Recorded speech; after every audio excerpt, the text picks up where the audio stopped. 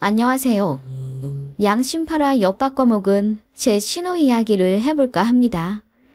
남편도 반 포기했던 신호인데 결국 제가 처치하게 되었네요. 신우는 제 남편의 여동생이고요. 첫 번째 결혼을 실패하고 현재 재혼한 상태입니다. 다행히 초혼 때는 아이가 없었고 두 번째 남편과 아이가 생겨 아들 하나 키우고 있는데 남편이랑 사이가 또 안 좋은지 이혼 얘기 오간다고 하더군요. 그렇게 되니 저희 부부에게 2년 전쯤부터 엄청 달라붙더라고요. 저는 신우를 진짜 싫어합니다. 결혼할 때도 저희 시부모님도 안 하는 반대를 지가 나서서 하더라고요. 결혼 전 인사드리러 갔을 때 분명 신우는 안 온다고 했었는데 갑자기 찾아와서 시부모님이랑 남편도 당황했었어요. 그렇게 한 자리 차지하고 앉아서는 자기가 뭐라도 되는 양 거만한 말투로 언니, 우리 오빠보다 학벌 좋다면서요? 그러면 남자 기 죽여서 안 돼요. 우리 오빠 기 안 죽이고 하늘같이 떠받들어줄 자신 있어요? 라고 하더군요. 자신 없으면 결혼하지 말라고 덧붙이고요. 시아버지랑 어머님이 얼굴이 새빨개져서는 호통치며 내쫓으려 하시는데도 안 나가고 버티더군요. 저 역시 너무 당황해서 눈물까지 나왔었습니다. 그러자 시어머니가 신호 등짝을 세게 내리치며 아예 내쫓아 버렸어요. 시부모님이 저에게 제가 농담하는 거다 라고 해명하며 거듭 사과하시는 바람에 그냥 넘어가긴 했습니다. 신우는 집안에서 헛소리 하는 걸로 유명했던지 아버님 어머님이 그럴 거면 상견례에도 나오지 말라고 하셨나 봐요. 그리고 결혼식 때도 시부모님이 신우 단속을 철저히 하셨는지 신우가 구석에만 딱 처박혀 있고 나대지 않더라고요. 나중에 알았지만 결혼식 때 사고 안 치는 조건으로 남편이 신우에게 30만 원 주기로 했었다고 하더군요. 그거 알고 제가 사기 결혼이라고 남편한테 소리 질렀어요. 이럴 신우인 줄 알았으면 결혼 안 했을 거라고 했는데 농담 반 진담 반입니다. 남편 말로는 학창시절 때부터 쌈딱으로 유명했고 성격이 하도 지랄 맞아 친구도 없다고 했는데 성인 되고 나서는 좀 얌전해졌다고 했어요. 얌전해지기는 개뿔, 그냥 떨어져 사니까 그랬던 거죠. 저희 결혼한다고 몇 번 마주치니 시비 걸 사람이 필요했는지 저를 타겟으로 잡은 것 같았습니다. 아니면 그냥 시짜짓을 하고 싶은 건지도요. 가족 중에 또라이 하나는 꼭 있다고 하던데 제 시부모님이랑 남편은 정말 젠틀하고 어떻게 보면 소극적으로 보일 만큼 조용조용하고 순합니다. 그런 사람들 틈에서 어떻게 신우 같은 두령변이가 나왔는지 이쯤 되면 유전자의 신비를 느낄 정도이지요. 제가 새댁 때 아직 시댁에 적응이 안 되어 조용히 있으니 신우가 저도 다른 가족들처럼 순둥이로 봤나 보더라고요. 물러터진 자기 엄마 대신 본인이 기강을 잡겠다며 일주일에 한 번씩 시부모님께 안부 전화를 하라더군요.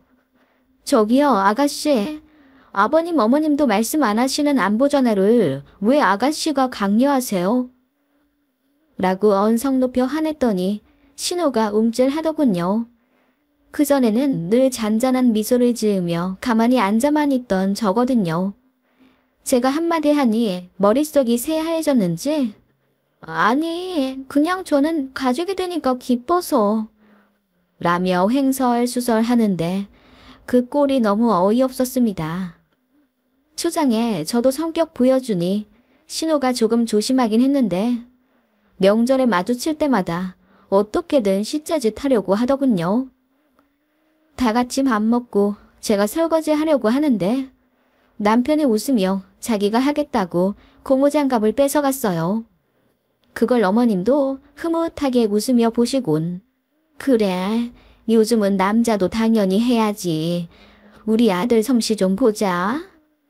라고 하시는데 저 멀리서 신호가 달려오더니 고무장갑을 확 뺐으며 이걸 왜 오빠가 해? 오빠 설거지 잘 못하잖아. 괜히 그릇 깨지 말고 언니더러 하라고 해. 라고 하더군요. 그래서 저도 어이가 없어서 저도 그릇 잘 깨먹어요. 그럼 아가씨가 하면 좋겠네요. 저는 어머님 오랜만에 만나서 이야기 좀 할게요. 라고 하며 고무장갑을 들이밀었더니 당황해 하더군요. 그대로 저는 시어머니랑 남편 사이에서 팔짱 끼고 나왔습니다. 부엌에서 신호가 신경질적으로 설거지하는 소리가 들리더군요.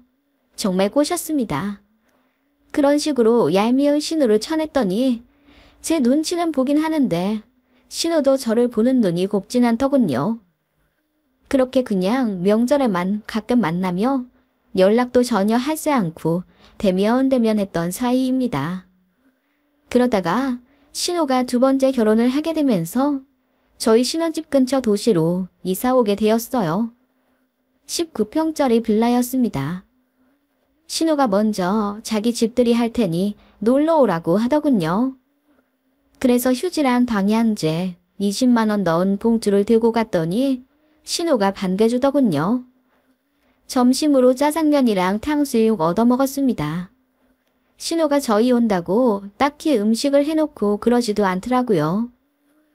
신호가 저희 아이한테 먼저 짜장면 먹지 않을 거냐고 물어보더군요.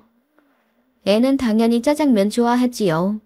그래서 좋다고 했더니 탕수육 숫자도 하나 안 추가하고 짜장면만 머릿수대로 주문하더군요.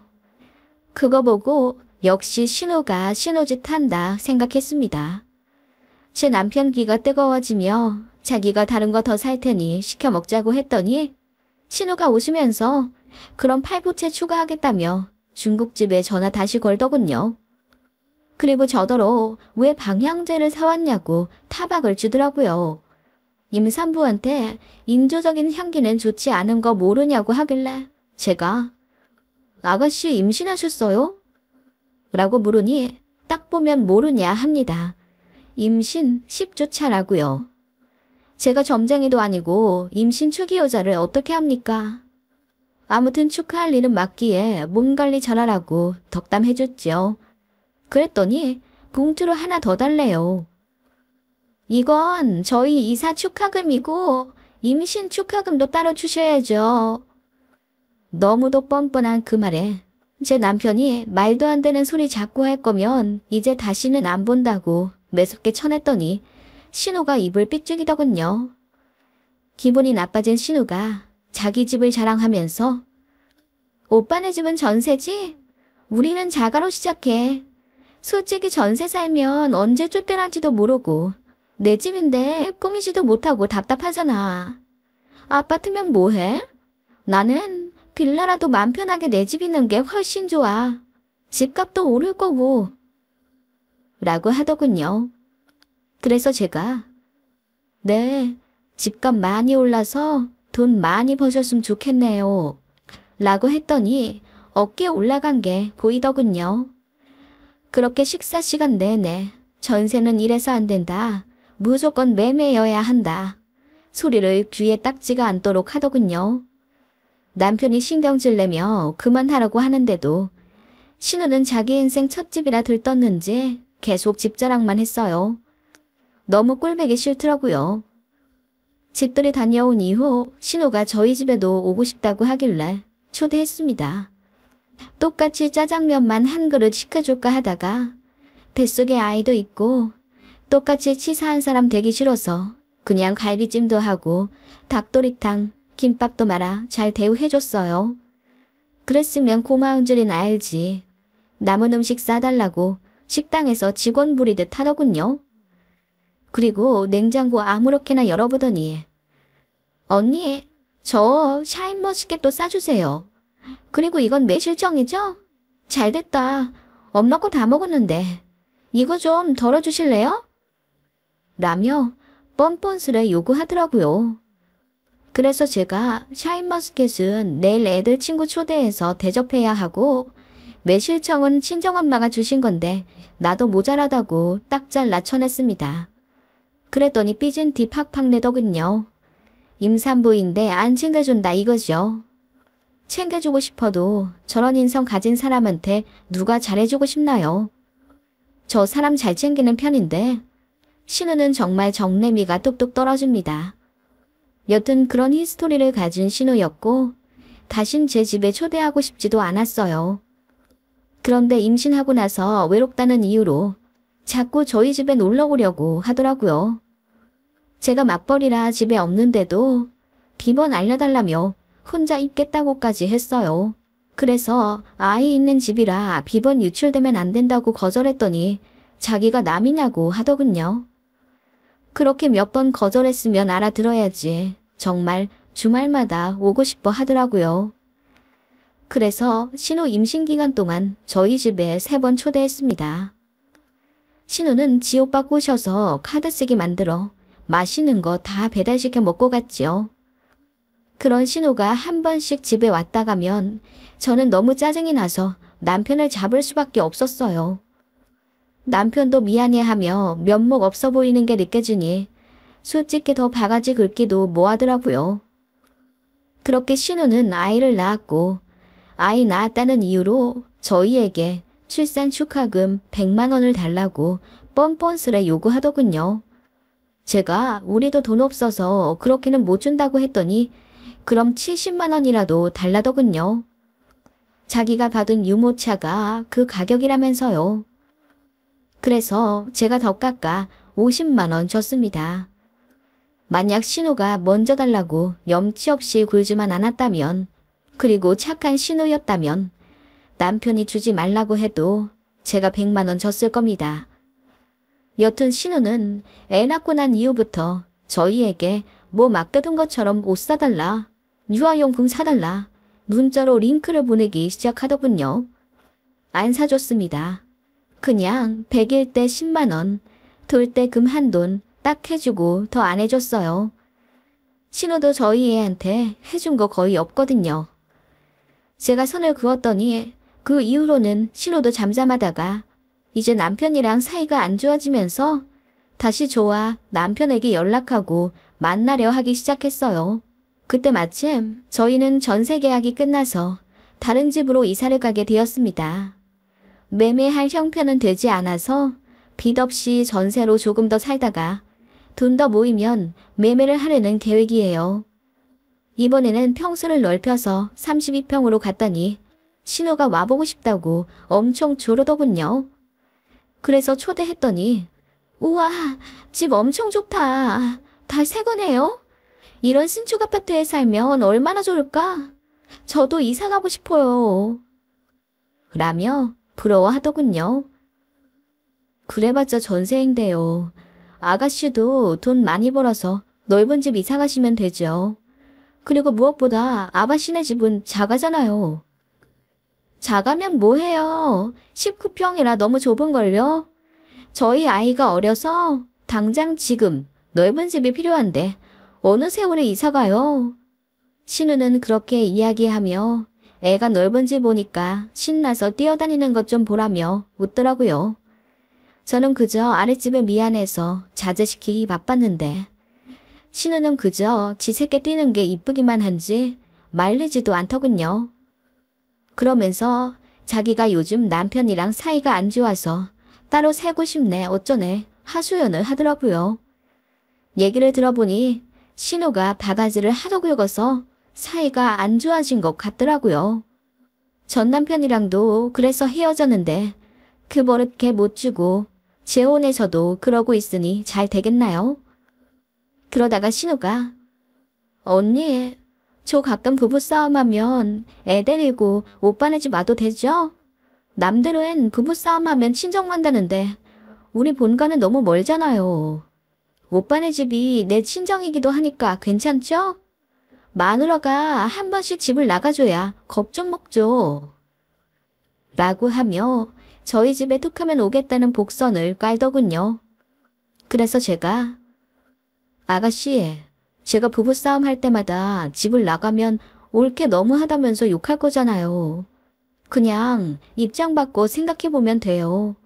싸웠으면 부부끼리 알아서 해결해야죠.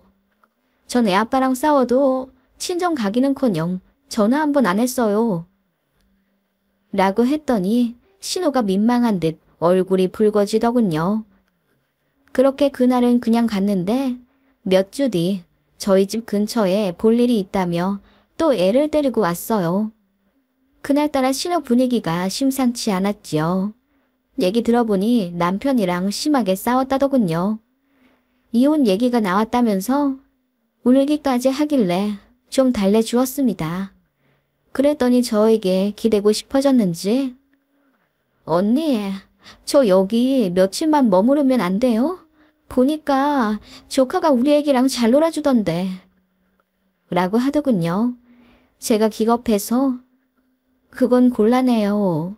저도 계속 출퇴근하고 있고 또 우리 애도 현석이랑 몇 번 안 봐서 그러지 오래 붙어있으면 스트레스 받고 싸우는 것 같더라고요. 라고 좋게 거절했습니다. 그랬더니 신우가 더 강도 높게 조르면서 언니가 일하니까 제가 집에 있으면 되죠. 제가 우리 조카 등하원 시켜줄게요. 그럼 어때요? 집도 넓고 방도 3칸이나 있잖아요. 방 하나는 아예 창고로 쓰던데 그 방 비우고 우리 들어오면 안 돼요? 라며 제 팔을 애절하게 붙잡고 부탁하더군요. 그러면서 자기 애 좀 봐라. 넓은 집에 있어서 이렇게 좋아한다. 애는 넓은 집에 살아야 한다. 자기도 숨통 좀 트고 싶다. 남편이랑 사이 좋아지면 다시 들어가겠다. 어쩌고 저쩌고 하면서 저를 설득하기 시작했어요. 그 얘기 듣고 있으려니 머리가 아파지더군요. 안 된다고 해도 자꾸 조르는 게 정말 답이 없었습니다. 욕을 하며 소리를 지를까 하다가 그럼 영영 돌이킬 수 없을 것 같아 어떻게 거절해야 하나 고민하다가 빙그레 웃음이 절로 나왔습니다. 아가씨, 정말 우리 집이 좋아요? 넓어서 살기 좋겠어요? 네, 제발 살게 해주세요. 제일 구석에 있는 작은 방이요. 그러면 이혼을 하고 오세요. 아예 같이 살아요. 네? 언니, 그게 무슨 말이에요? 이번에는 제가 신우 팔을 붙잡고 애절하게 말하기 시작했죠. 남편이랑 잘 안 맞는다면서요. 차라리 애 어릴 때 이혼해요. 그리고 지금 집 공동 명의로 되어 있죠? 이혼하고 어떻게든 아가씨 명의로 돌려오세요. 그러면 제가 그 집 전세로 돌릴게요. 그 돈으로 우리 생활비하고 같이 쓰면 되겠네요. 네? 아니 언니. 아니다. 아예 그 집 담보로 대출을 더 받아서 더 큰 집으로 이사가죠. 아예 40평대로 가는 건 어때요? 그렇게 하면 현석이도 더 뛰어다닐 곳 있고 좋겠네요. 제가 광인의 눈빛으로 이야기하자 신우가 뒷걸음질하는 게 느껴지더군요. 언니, 그렇게까지는... 신우가 난감해 하더니 이혼은 그냥 하는 말이고 하루빨리 남편이랑 트는 게 낫겠다며 서둘러 애 챙겨 나가더라고요. 제가 그 뒤에 대고 외쳤습니다. 언제든지 이혼하고 돌아와요. 대신 집은 가져와야 해요. 꼭이요. 그랬더니 신우가 뒤도 안 돌아보고 애 손잡고 도망가더라고요. 문 닫고 얼마나 깔깔 웃었는지요. 완벽 정리하기 위해 신우에게 집요하게 전화해서 빨리 이혼하라고 했습니다. 그리고 집 명의 이전하는 방법도 보내주었죠. 답장도 안 하더라고요. 제 행동에 기가 막혔겠죠. 그리고 활용점정으로 저희가 돈이 없는데 집 담보로 대출 좀 받아다 줄 수 있냐고 부탁했더니 신우가 기겁을 하면서 자긴 못한다고 이럴 거면 연락하지 말라고 선을 먼저 긋더라고요. 그 이후로는 신우는 실업자든 카톡, 문자, 전화 일체 안 하고 저희 집 온다는 소리도 안 하더군요. 너무 속 시원했습니다. 명절에만 시댁에서 가끔 마주치는데 분명 시어머니한테 제 욕했을 겁니다.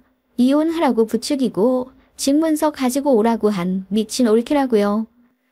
어머님은 저에게 아무 말씀 안 하세요. 제가 진심으로 그랬을 거라고 생각했으면 제 남편한테 얘기하셨을 텐데 아무 말씀 없으셨다고 하니 아마 제가 생각이 있어서 그랬을 거라고 판단하신 것 같아요.